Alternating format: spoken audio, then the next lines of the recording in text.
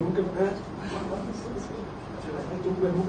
व्यस्त क्योंकि यहाँ क्लास की है आए हैं इतना समय निकाल करके। আসসালামু আলাইকুম, নমস্কার, সুস্বাগতম সবাই। এই মনোমুগ্ধকর ছোট্ট সংক্ষিপ্ত সার অনুষ্ঠানে স্বাস্থ্য বিষয়, স্বাস্থ্য চেতনা, স্বাস্থ্য সংগঠন, এগুলি আজকের বিষয়বস্তু। আমরা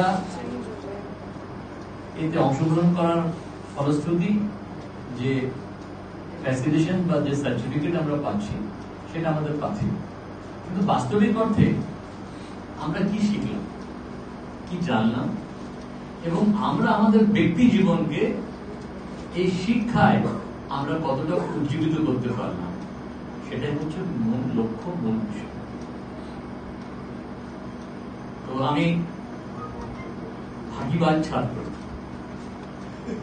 তার কারণ 3 দিনের ভেতরে স্যার আমাকে বলেছিলেন একদিনও কামাই করবে না, কিন্তু দুঃখিত আমি একদিন আটকে গেছিলাম।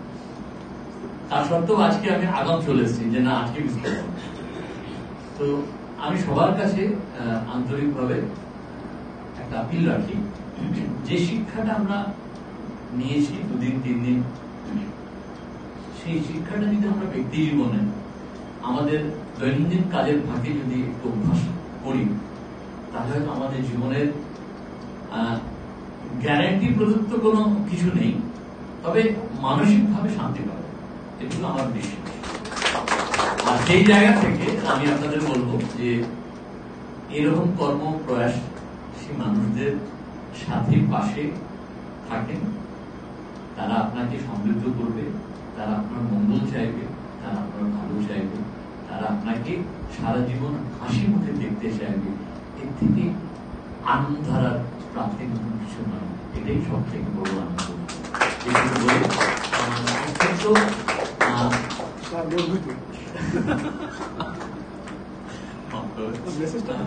তো এটাই জাস্ট বলা আপনাদের কাছে। আর আমি কৃতজ্ঞ যে আমাকে 2-4 কথা আপনাদের সাথে শেয়ার করার সুযোগ দিয়েছেন। আমি সবার কাছে কৃতজ্ঞ, বিশেষ করে ধন্যবাদ।